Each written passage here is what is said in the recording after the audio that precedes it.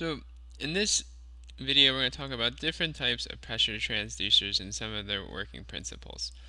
Um, for the most part, how pressure transducers work is that pressure a pressure due to a gas or a liquid goes into a mechanical element, and that liquid causes a deformation of the mechanical element, and that deformation can then be transformed into either a mechanical signal like a needle on a pressure gauge on a gauge, or an electrical signal or voltage. So um, there's different types of pressure transducers. There's absolute transducers. There's gauge transducers, which basically measure relative to atmosphere. Differential transducers typically measure between two different points, and then vacuum gauges are used specifically to measure very low pressures um, relative to absolute, uh, and they give outputs in absolute pressure. All right. So the first type of pressure gauge, which I think is probably one of the most common ones, is a Boron tube gauge. Um, so the Boron tube gauge has pressure going in to the gauge here, and we have it flows through a um, a uh, a tube, and that tube is very thin, and the external pressure between the inside of the tube, because the outside of the tube has a slightly larger area than the inside of the tube, causes more force to be applied out on the outside of the tube than the inside, and that causes the tube to bend, to move slightly this way, and that change in motion causes this linkage to move, which causes this the gauge basically to move in this direction. So the amount of deformation should be linear depending on the pressure, so you can get a nice linear reading as a function of pressure. Okay, so typically they have uncertainties between 0.5 and 2%, but they can be as low as maybe 0.1 for a very well calibrated gauge. Right. All right. The second type of element or strain gauge is a Bellows or Capsule element. So typically they have a very thin container that has folded edges, right? So like a thin metal container that's sealed up, all right? And basically when we have a change in pressure causes the outside of the gauge to move in and out, right? So if we measure the change in position of our bellows, depending on the inlet source, we would then know what the corresponding pressure could be. So we can basically convert that motion into an electrical signal either using a potentiometer that's shown here, or we can use an LVDT, a linear variable displacement transducer. Both of these just convert the mechanical motion into an electrical signal, and this is a potentiometer circuit that's shown below here. Right? And then the last type of, the last one that I'm going to cover in depth is a diaphragm. So a diaphragm is a thin elastic circular plate that's fixed about its circumference. All right.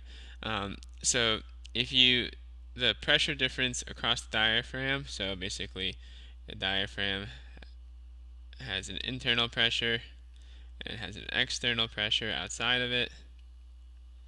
All right. And differences between the internal and external pressure cause the diaphragm to either, if the internal pressure is greater, it will pop up. If the external pressure is greater, it will go the other way. Okay, so that deformation of the diaphragm surface, all right, can be measured, all right, and it's a function of the pressure differences in pressures, the elastic modulus of the diaphragm and the thickness of the diaphragm as well as the radius of the diaphragm. Okay, so one of the nice things about diaphragm gauges is that they have very high natural frequencies, which allow them to be used for dynamic pressure measurements. Right, so that's helpful. So you can estimate what the natural frequency is of a diaphragm pressure gauge if you know its Poisson's ratio and its elastic modulus, its thickness, its radius, and its density. So the um, the so once this deformation can be converted to an electrical signal either using strain gauges or capacitors. Okay, so for strain gauges, all right, you just use like a traditional Wheatstone bridge, all right, and measure the different resistances on the diaphragm, and you can see how quickly the or how that change in strain causes a change in voltage across the Wheatstone bridge, and you can relate that to strain, which you can convert. Can then relate to the deformation of the diaphragm, and then you can figure out the pressure. Okay, so you can use both metallic and semiconductor strain gauges. All right, and then the alternate is a capacitive element, which basically has the diaphragm is connects to one end of your circuit, and then the other part of your circuit connects to the other connects to a fixed plate, and the deflection of the diaphragm basically changes the capacitance of between the fixed plate and the deflected diaphragm, and that change in capacitance can be converted to a change in voltage.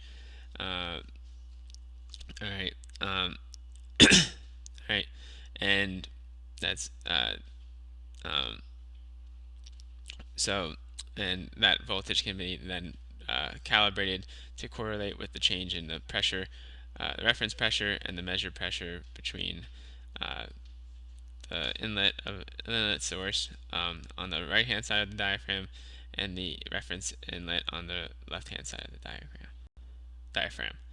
All right, and then there are piezoelectric crystal elements can also be used, but they're not really suitable for static pressure measurements, so we're not going to really talk about them very much. But you can read more about them in your textbook. Right? And then the last thing I wanted to cover here is on static transducer calibration. So, static calibration, all right, basically depends on the measuring range of your transducer. You can use different reference gauges. So we talked about the different types of reference gauges earlier. For example, for very low vacuum pressures, you would want to use a McLeod gauge and a barometer to measure atmospheric pressure. For smaller pressures, you would want to use a manometer with a barometer to measure the atmospheric pressure. And then for very large pressures, you would want to use a deadweight tester. Right? So in all these cases, you would use, for the gauge and the transducer, they would be exposed to the same pressure, ideally as physically close as possible, to ensure that they're measuring the same pressure.